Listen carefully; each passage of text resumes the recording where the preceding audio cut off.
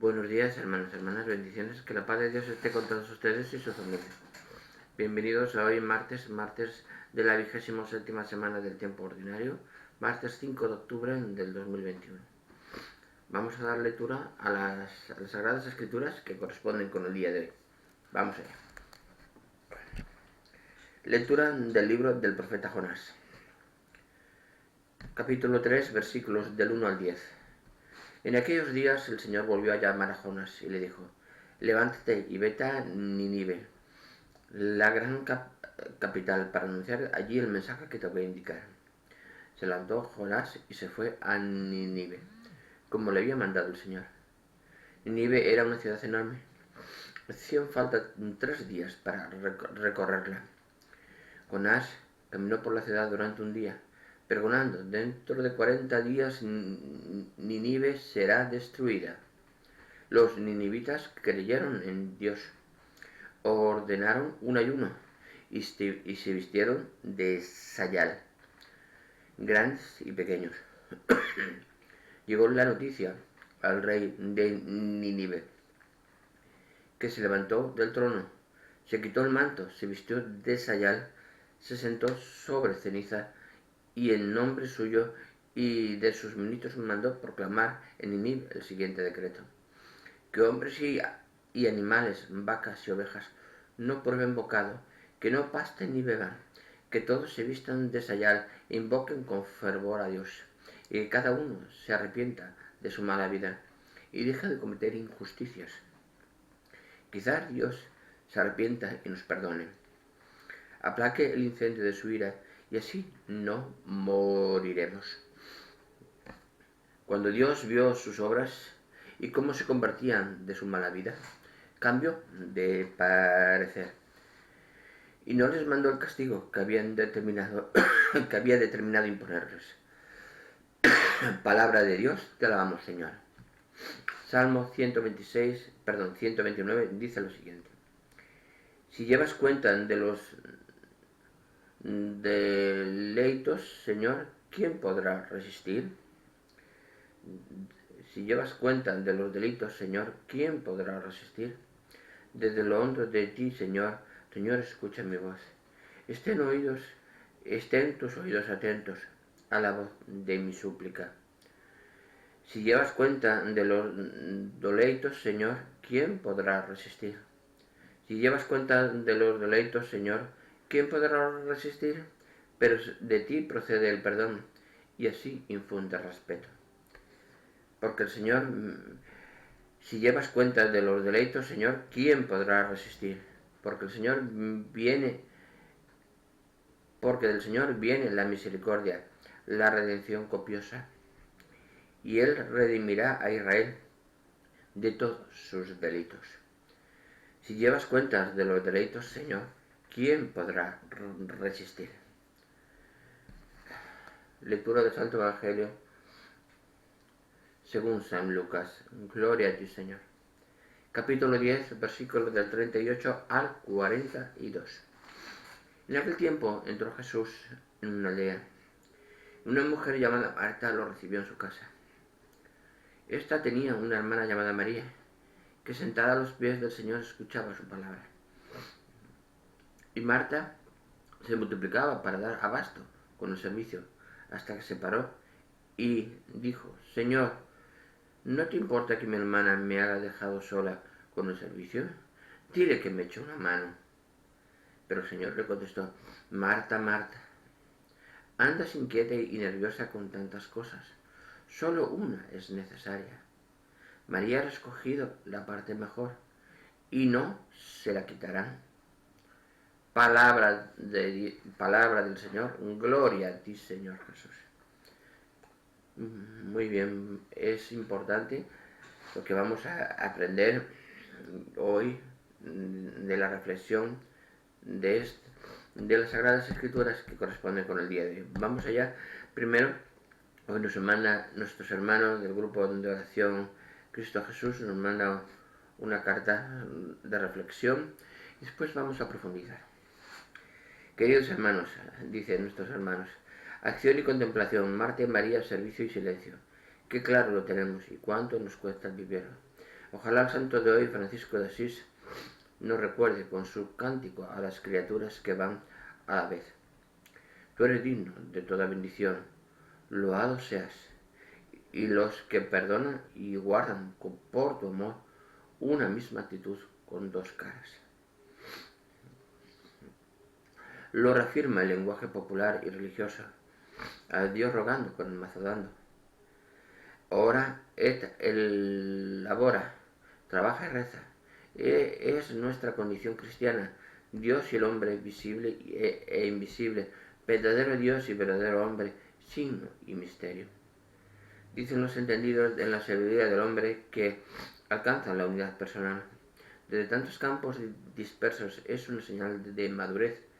Qué bien se entiende esto contemplando a una religiosa que se levanta de mañana y se esconde largamente en oración con su comunidad y luego se entrega con pasión y sin tiempo al enfermo, al niño, que educa al indigente, a quien lo evangeliza. Las dos hermanas en el fondo coinciden. María escucha al maestro, es la mejor parte, pero no la única. María escucha no la ley, sino al que es la misma palabra que Dios. Una palabra que insiste, amados, dad de beber al sediento. Cuando la mujer no podía acudir a la sinagoga ni escuchar la ley, Jesús es su maestro. No podemos distorsionar la palabra de Jesús para sacar otras conclusiones, como ocurre con otra palabra de Jesús en Betania. A los pobres los tenéis siempre con vosotros. Distorsionar significa cercenar de estos dichos de Jesús el compromiso social y el servicio a los demás. Marta, como el discípulo amado con la madre de Jesús, lo recibe en su casa y presta hospitalidad a Jesús. Lo recibió y se multiplicaba por servir. Jesús mismo lo hacía muy bien. Por la noche oraba, por la mañana bajaba a curar a la gente. A nosotros nos toca saber escuchar y saber hospedar.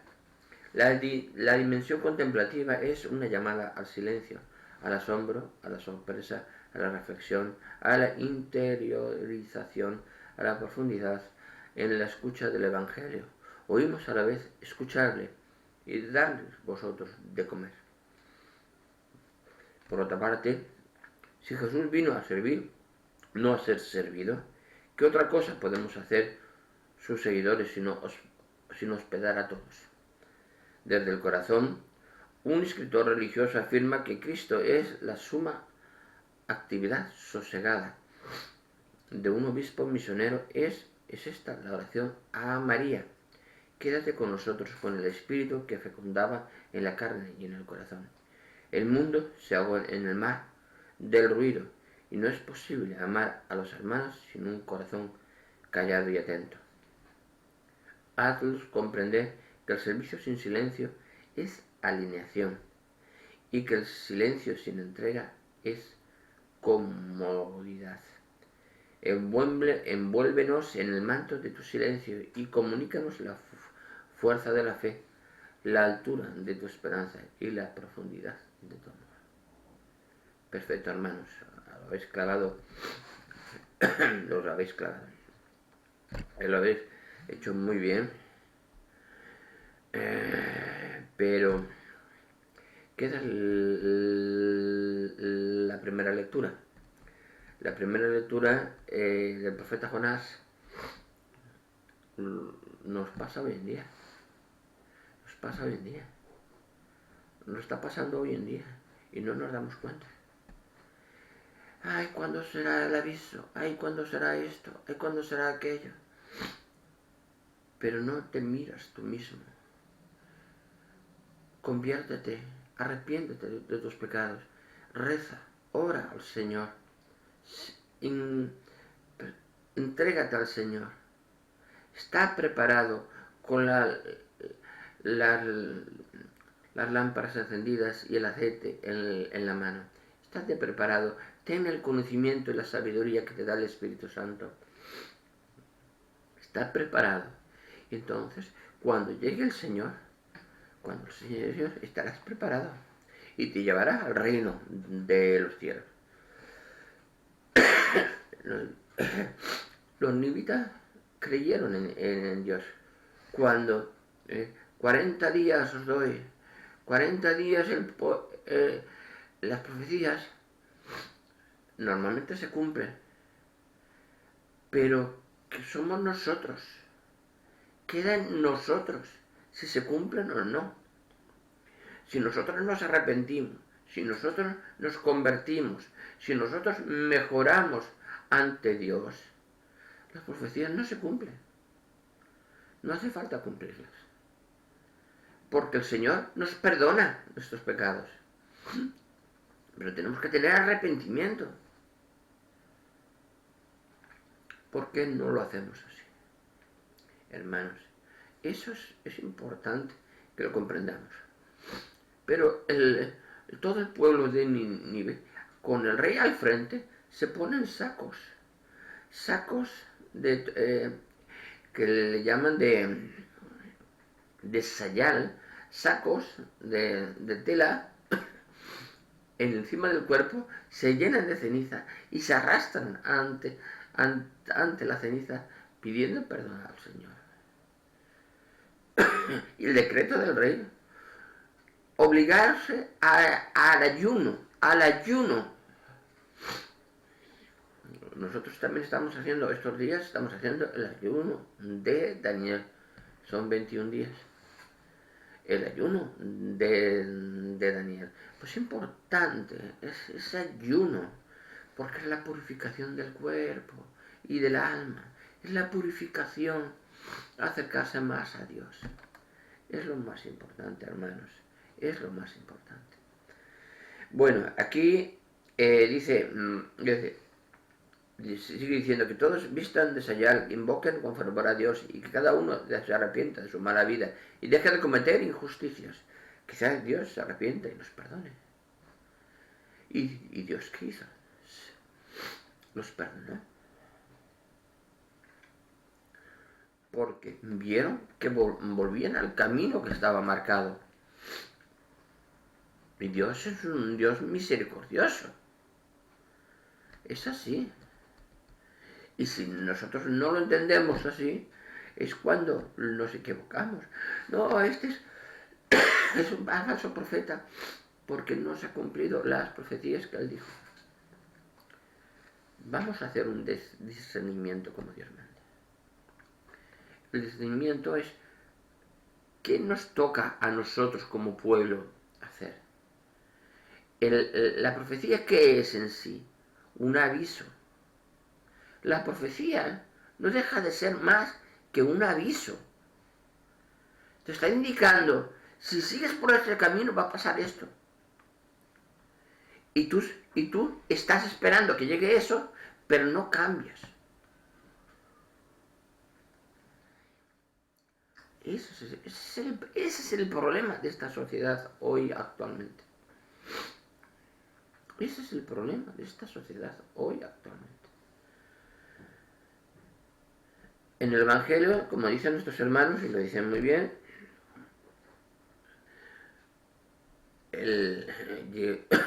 llegó nuestro Señor a una casa. Está una mujer llamada Marta, que lo recibió en su casa. Una hermana también se llama María, pero María se sentó a los pies del Señor y escuchar al Señor. Y escuchó al Señor. Y la otra Marta tenía que atender a todos y no podía. Tener en cuenta que en aquellos tiempos la mujer, la condición de mujer es muy diferente. No podían entrar mucho en los templos, solo entraban el hombre, había mucha diferenciación. Bueno, y es así. Pero Jesús le contestó: Marta, Marta, andas inquieta y nerviosa con tantas cosas. Solo una es necesaria, escuchar la palabra de Dios. Solo una es necesaria, escuchar la palabra de Dios. María escogió. María escuchó. Hoy en día uno se llena la fe solo con la oración, escuchar la lectura. No, no, no. Como dicen nuestros hermanos, y lo dicen muy claramente, el Señor oraba y curaba. Por las mañanas curaba y por las tardes oraba. Bueno, es que la oración no solo es oración, también es servicio a los necesitados. Es lo que hoy en día muchas órdenes que son de clausura, que están cerradas y solo es oración, oración, oración, les falta mucho. Les falta mucho porque les falta el servicio a los demás. Nos lo dice perfectamente el Evangelio según San Lucas, en el capítulo 10, versículos de 38 al 42. Nos lo dice perfectamente. Nos lo dice perfectamente. Y yo muchas veces le pregunto, una vez, me acuerdo hace tiempo, me voy a presentar la asociación a la que pertenezco, presentarla para a una orden que estaba en un convento determinada, y bueno, pues una orden seglar, solo de la orden de primera categoría a una de tercera categoría, seglar, y dice, no, nosotros no acogemos nada, porque nosotros solamente estamos dentro del convento. Pues vale. Te llama el Señor a la puerta y lo reniegas. Te llama el Señor a la puerta y lo estás renegando. Eso es lo que pasa hoy en día en muchas partes. Eso es lo que pasa en día en muchas partes. ¿Qué decían? En este se me acuerda una anécdota que decían mucho. San Benito decía a sus frailes: abrir la puerta a todos necesitados, abrir la puerta a todos, abrir la puerta, porque puede ser el que esté llamando sea Jesucristo nuestro Señor. Y todo el mundo se ayudaba, todo el mundo ayudaba, todo el mundo daba servicio. Hermanos, debemos comprender que hay tiempo para orar y tiempo de ayuda al necesitado. Porque el necesitado, dice el Señor, el que ayuda al necesitado me está ayudando a mí. ¿Qué más claro que eso? Debemos comprenderlo, hermanos, debemos comprenderlo. Bueno, vamos allá. Vamos hoy al capítulo 3 del segundo libro de las Crónicas. Vamos a ver lo que nos dice el capítulo 3. Salomón comenzó la construcción del templo del Señor en Jerusalén, sobre el monte Moría, allí donde su padre había tenido la visión. Era el lugar preparado por David en la era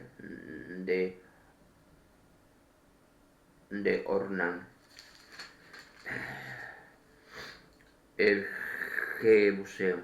Comenzó la construcción el día 20 del segundo mes, el cuarto año de su reinado. Los cimientos puestos por Salomón para el templo de Dios tenían 30 metros de largo y 10 de ancho. El vestíbulo de adelante de su santuario tenía 10 metros de largo y lo ancho del edificio 5 de ancho y lo largo del mismo 70 de alto. Su interior estaba revestido de oro puro. La nave central estaba revestida de madera de ciprés, recubierta de oro puro, con palmas y cadenetas grabadas. Lo recubrió con piedras preciosas. Como adorno, el oro era oro de Perbaín. Recubrió la nave, las vigas gambas, paredes y puertas. Sobre las paredes hizo grabar querubines. Construyó luego el lugar santísimo, de 10 metros de largo, 10 de ancho y 10 de alto. Lo revistió de oro puro, por un peso total de unas 20 toneladas. Los clavos de oro también pesaban 550 gramos cada uno. Revistió también de oro las salas superiores. Hizo 2 querubines en metal forjado para el lugar santísimo y lo recubrió de oro. Las alas de los querubines tenían en conjunto 10 metros de largo. Cada ala medía 2 metros y medio, y una ala rozaba con la pared y la otra con el ala del otro querubín. Paralelamente, una ala del otro querubín rozaba también con la pared contraria y la otra con el ala del otro querubín. Las alas de los querubines desplegaban medían 10 metros. Los querubines estaban de pie, con sus rostros vueltos hacia adentro. Hizo la cortina de púrpura, violeta y escarlata, carmesí y lino, con querubines bordados. Delante del templo levantó 2 columnas de 16 metros de altura, tematadas por capiteles que medían 2 metros y medio. Hizo también unas guirnaldas en forma de collar y las puso en los capiteles y entrelazó 100 granadas con las guirnaldas. Puso las columnas en la fachada del templo, una a la derecha y otra a la izquierda. Llamó Jaquín a la de la derecha y Boaz a la de la izquierda. Palabra de Dios, te alabamos, Señor. Aquí ya, ¿qué aprendemos con el capítulo 3 del segundo libro de las Crónicas? Aprendemos aquí el inicio del templo. El inicio del templo, la preparación del templo y para que nuestro Dios viviera ya allí en su casa, que iba a preparar como se lo había propuesto, lo había escrito el rey David. Eso es lo que aprendemos con este capítulo del día de hoy. Bueno, hermanos, les pido que oren mucho por estas sociedades que nos están en una situación difícil, por las mujeres que piensan abortar, por las mujeres que están abortando, por las mujeres que ya abortaron por la salvación, por los niños que han sido abortados, para que el Señor los acoja en su seno, porque son seres inocentes, son ángeles. Entonces, hermanos,